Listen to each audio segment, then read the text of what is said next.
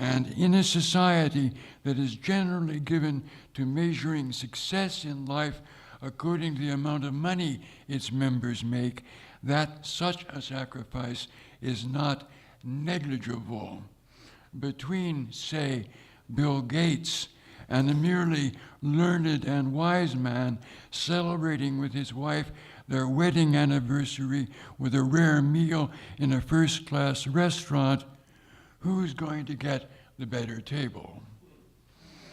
We want to keep this notion of sacrifice for a high purpose in mind as we go along. And let me add parenthetically, I think there are reasons our public schools don't teach or teach anything that matters.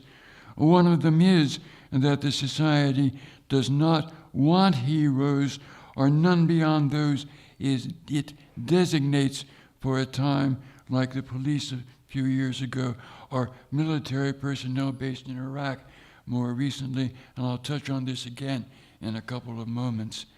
As for Achilles, someone like him doubtless existed, but Achilles himself is a fiction.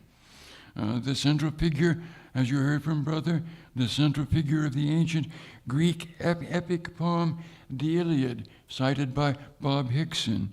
And the Iliad is an account of some weeks of the Trojan War by Homer, himself a fiction, some scholars contend, in much the way others argue that the works of Shakespeare were not written by Shakespeare.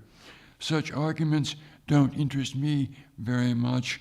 I'm content to believe Shakespeare was Shakespeare and that Homer was not a committee. Homer's Achilles is a martial figure, a warrior.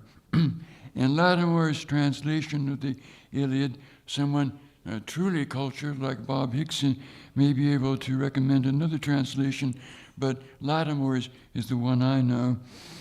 In Latimore's translation, we read that Achilles was the very embodiment of the ancients' ideal of nobility, quote, to be always best in battle and preeminent beyond all others, unquote.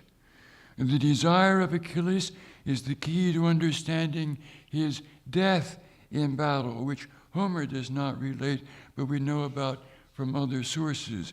Achilles prefers an early death with glory to the prospect of a long but dull life. And it may be difficult for us to grasp in our day of warfare by remote control, but this ideal of dying gloriously in battle was still alive in the minds of men until the middle of the last century, the 20th century.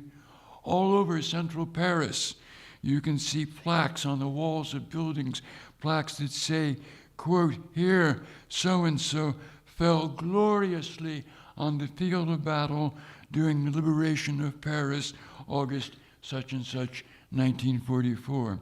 And these plaques commemorate the, quote, heroes of the resistance.